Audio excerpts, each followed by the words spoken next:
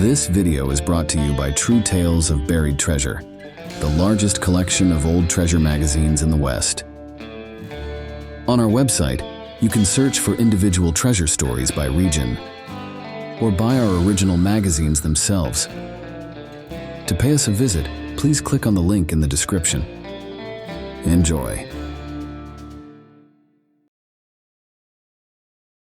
Along Oregon's rugged northwest coast, Neahkahnie Mountain rises 1,700 feet into the sky, shrouding a mystery of buried Spanish treasure. Here, the wealth of the Manila galleon, San Francisco Xavier, worth an estimated $2 million, awaits a fortunate finder. Those following the clues left behind are eventually led to the archives of the Indies in Seville, Spain, where the galleon's shipping manifests are preserved in Legajo, Bundle 214 of old maritime records. Experts believe the treasure's contents are diverse. Authors Robert Nesmith and John Potter describe the cache as containing silver, worked gold, rubies, other precious gems, and ivory. Thomas Rogers adds that hand-hammered golden butterflies, delicate hummingbirds of intricate design, gold and silver coins, and links from an ancient golden temple chain were also part of the Xavier's cargo. A secret Kabbalistic code is rumored to pinpoint the exact burial site. Yet, over the past 150 years, countless treasure hunters have scoured Neahkahnie in vain. Their attempts have left so many pits and holes in the mountain that locals now call it the Mountain of 1,000 Holes. The tale of this lost treasure traces back to 1705. The crimson-sailed Xavier departed from Manila, bound for Acapulco, Mexico. Following the usual route, called the Great Circle, the ship sailed southeast to latitude 42 degrees, crossed the Pacific, and then headed south along the American coast. However, a violent storm forced the galleon to turn north in search of safety. Relentlessly pursued by the storm, the crippled ship ultimately met its fate along Oregon's jagged coast. When the Xavier failed to reach Acapulco, Spanish officials officially recorded her loss, marking the ledger with one stark note: disappeared 1705. Francisco Fernandez de la Cueva Enriquez, the Duke of Albuquerque and Viceroy at Monterrey, learned of the tragedy with disappointment. The Xavier had been one of the finest Manila galleons, consistently bringing $2 million worth of Far Eastern riches to Acapulco.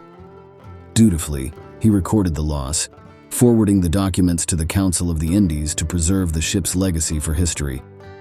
Years later, the story of Neahkahnie's treasure began to spread as the first white settlers ventured into Oregon's Manzanita region. They encountered Clatsop Indians, who were willing to trade in a peculiar bartering item: large chunks of beeswax. This intrigued the settlers, as bees were not native to the area, nor did the locals seem capable of producing such quantities of wax. Curiosity prompted the settlers to press the Clatsops for answers. Though the Clatsops knew little about the beeswax itself, they knew that the settlers valued it and were willing to trade goods for it. Eventually, after much haggling, an elder among the Clatsops led the settlers to a vantage point, directing them to Nehalem Spit, where many years before, something strange had washed ashore. The elder recounted the morning when, on their way to hunt, the Clatsops spotted an enormous canoe with large red wings flapping in the wind. Like a stranded salmon, the vessel lay broken against the rocks, battered by the relentless surf. The beach was littered with all sorts of objects, he explained. Some things were carried off by the waves and buried in the sand. My people gathered some to trade, but most of it is still out there. Inspired by this story, the settlers began searching for and collecting the beeswax and other debris that remained on the beach.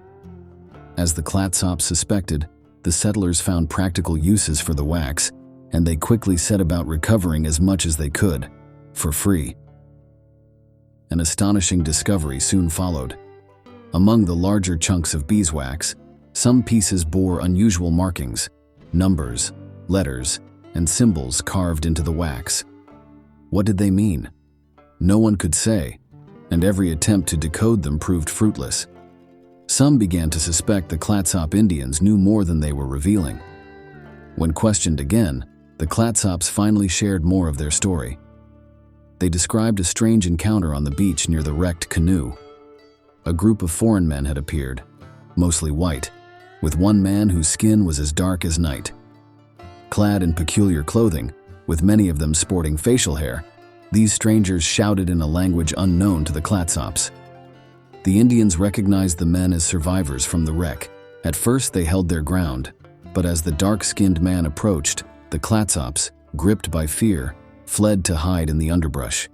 Later they observed the strangers struggling to carry several heavy chests up the southwestern slope of Neahkahnie Mountain.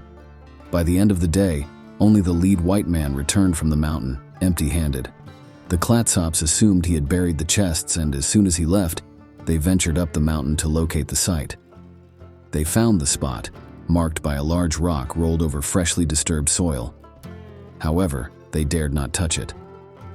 Although the dark-skinned man had accompanied the group up the mountain, he never returned, and the Clatsops believed the others had killed him, burying his body along with the treasure. "We Clatsops are afraid of burial grounds," they explained, "and we are especially fearful of black men, dead or alive. But there's an even greater reason why we would not disturb the hiding place. Neahkahnie means the place of Akani, the supreme fire god, and we would not dare anger the god by taking something that belongs to him." Upon hearing this tale, several settlers wasted no time scouring every corner of Neahkahnie Mountain, eager to find the treasure's hiding place. They were convinced the chests contained great wealth. Yet, despite their relentless efforts and attempts to enlist the Clatsops' help, the treasure eluded them. Could the Clatsops' story be true? The shipwreck was evident from the beeswax strewn along the shore, but if foreign men had indeed buried treasure on Neahkahnie, what had become of it? The answer may lie in early historical records.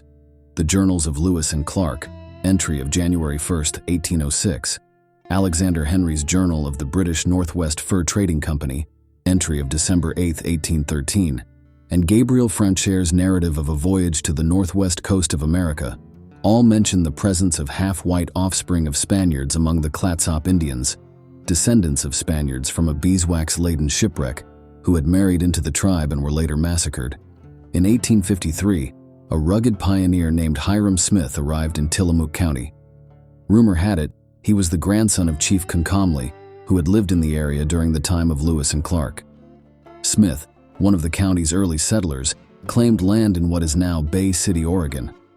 For over a decade, he listened to stories about Neahkahnie Mountain's hidden treasure.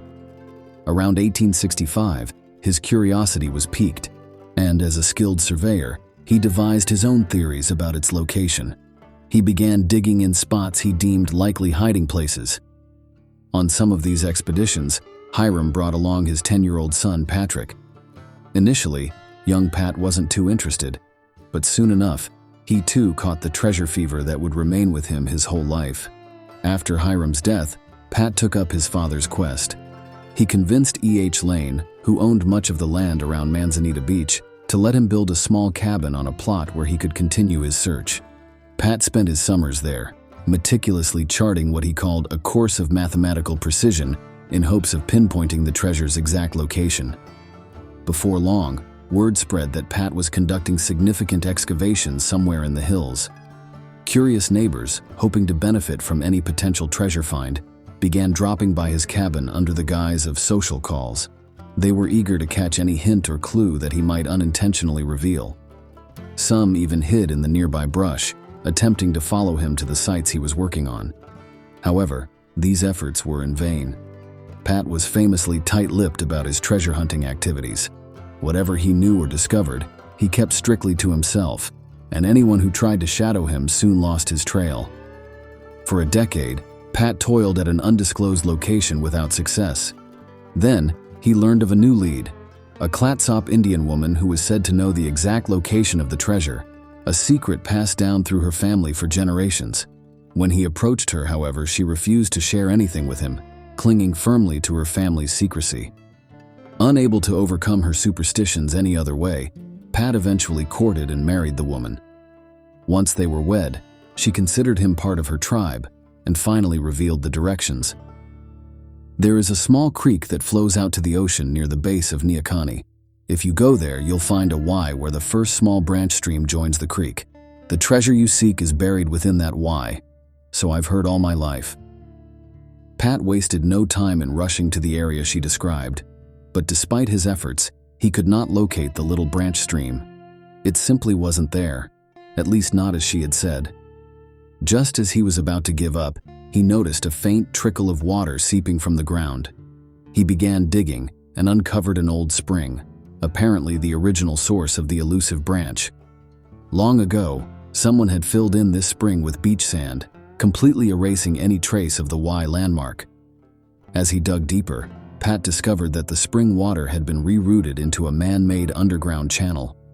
Puzzled, he realized that someone had deliberately diverted the stream to obliterate the Y that marked the treasure's location. But who could have done this and when? If it had been the Indians, they had kept their secret well. Even Pat's wife knew nothing about it. At first, Pat considered digging along the entire creek, hoping to find the treasure by chance. But he soon abandoned this approach, choosing instead to focus on the spring water channel. The more he excavated, the more astonishing his discoveries became. After months of grueling work, he uncovered a man-made bulkhead over 70 feet long, through which the spring water now flowed. At bedrock, he found a drain pipe constructed from flat stones on the bottom, capped with rounded rocks held together by a cement-like material. It was clear that someone with advanced engineering knowledge had built this structure, and it had taken more than a day to complete.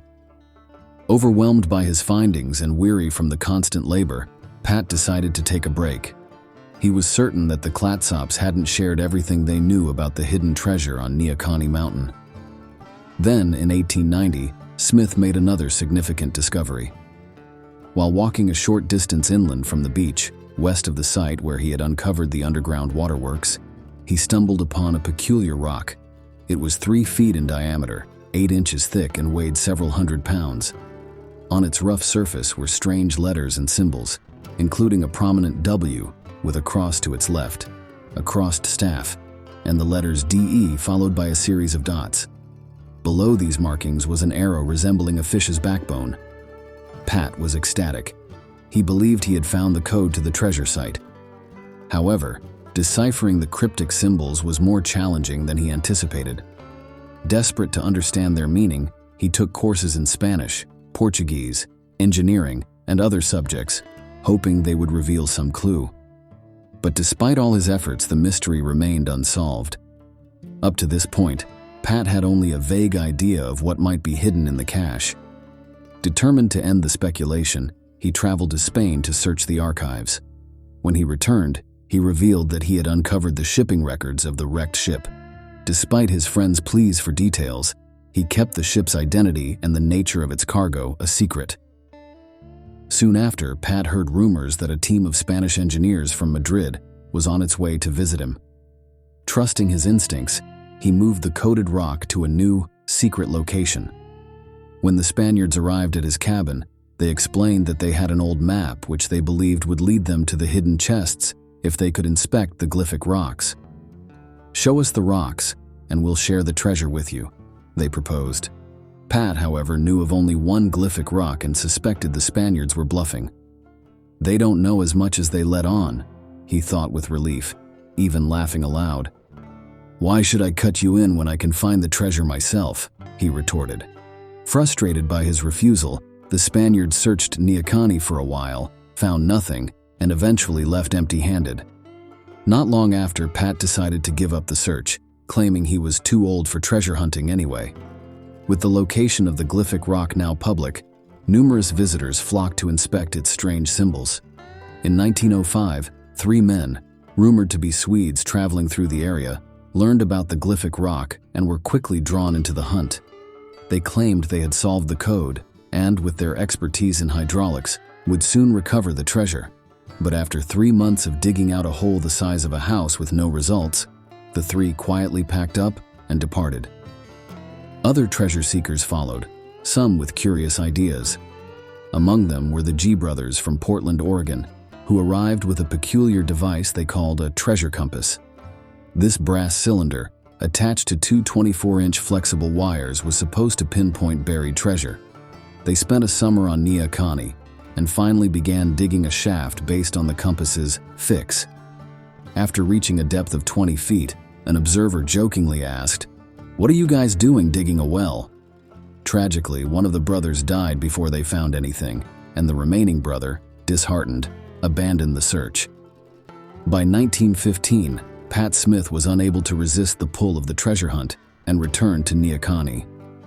He later teamed up with a partner named Charlie Pike, but despite their combined efforts, they made little more progress than Pat had on his own.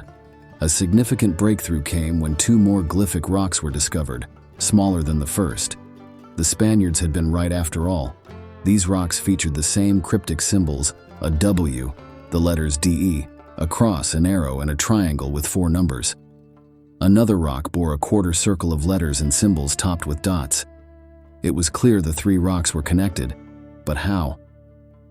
For the next decade, Pat devoted himself to studying these mystery rocks, convinced their solution was right in front of him. Yet, despite his persistence, he made no headway. When he passed away in 1925, it seemed he was no closer to unearthing the treasure than he had been at the start. By now, most believed the treasure ship was the San Francisco Xavier, a Spanish galleon lost in 1705. Scholars had long known that such galleons regularly transported gold, silver, pearls, precious stones, ivory, and an assortment of luxury goods from Manila to Mexico. Filipino historian Antonio de Morga had written that the galleons also carried cakes of white and yellow wax, which were prized by Spanish missions for making candles, statues, and religious figures. In 1939, Professor William Lytle Shirts published the Manila Galleon, which shed new light on the mystery of the beeswax markings. According to Shirts's research in Spanish archives, each merchant had a unique identification mark, letters, numbers, or symbols stamped onto their goods. This was recorded in the ship's manifest, linking each parcel to its owner. The markings on the beeswax found near Neahkahnie matched those documented for the Xavier's cargo. With these revelations, Neahkahnie Mountain fell quiet until 1946, when 4 men launched a well-organized and well-financed expedition. Despite employing modern electronic equipment to decode the mystery rocks, they met the same fate as those before them: failure. Then, in July 1965, an intriguing incident occurred. 2 scuba divers, Bob Nash and Steve Misko, discovered an underwater cave near Neahkahnie's base. The cave, 10 feet wide and 12 feet high, sloped upward beneath the mountain. Venturing inside, they found several human skeletons in a seated position, suggesting they hadn't been washed in by the tide. Nearby, Nash discovered an ancient artifact believed to be the head of a Spanish halberd, likely from the San Francisco Xavier.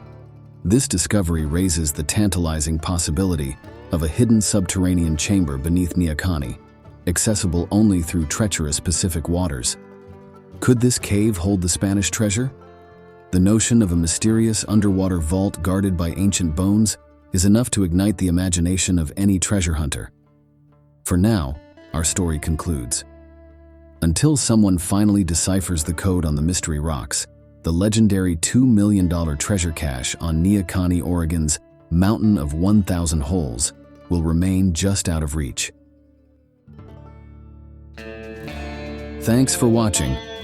If you'd like to read the original article or purchase the magazine from which it was taken, please check out our website, truetalesofburiedtreasure.com.